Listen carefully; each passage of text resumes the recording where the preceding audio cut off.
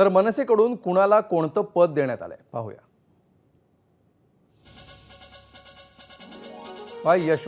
संदीप देशपांडे मुंबई शहर अध्यक्ष, यशवंत किल्लेदार दक्षिण मुंबई शहर उपाध्यक्ष, कुणाल मायणकर यांना पश्चिम उपनगरांचं शहर उपाध्यक्षपद देण्यात आलंय, तर योगेश सावंत यांच्याकडे पूर्व उपनगरांचं शहर उपाध्यक्षपदाची जबाबदारी असणार आहे। केंद्रीय समिती बाळा नांदगावकरांकडे असेल। अविनाश अभ्यंकर हे सुद्धा केंद्रीय समितीवर आहेत।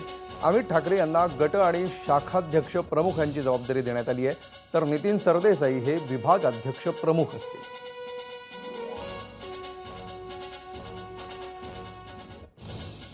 तर या नियुक्तीनंतर संदीप देशपांडे आणि अविनाश अभ्यंकर यांनी काय प्रतिक्रिया दिल्या आहेत पाहूया। महाराष्ट्र नवनिर्माण सेनेच्या इतिहासात पहिल्यांदा मुंबई शहर अध्यक्षपद निर्माण केलं आणि ती जबाबदारी मला दिली, त्यामुळे आनंद तर आहेच, पण त्याबरोबर एक प्रकारच्या जबाबदारीची जाणीवसुद्धा आहे, थोडं टेन्शनसुद्धा आहे, पण जिद्द पण आहे की निश्चितपणे एक चांगला परफॉर्मन्स मनसेचा हा येणाऱ्या मुंबई महानगरपालिका दिसेल। आमच्या सर्व सहकाऱ्यांकडनं आजपासून मनसे मिशन मुंबई महानगरपालिकेची सुरुवात झाली असं समजायला हरकत नाही। शेवटी राजसाहेबांना आणि त्यांच्या विचारांना मानणारा एक मोठा वर्ग आहे।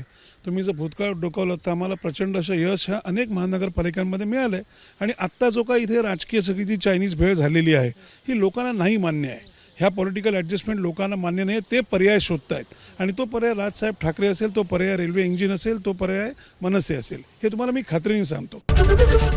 एबीपी माझा, उघडा डोळे बघा नीट।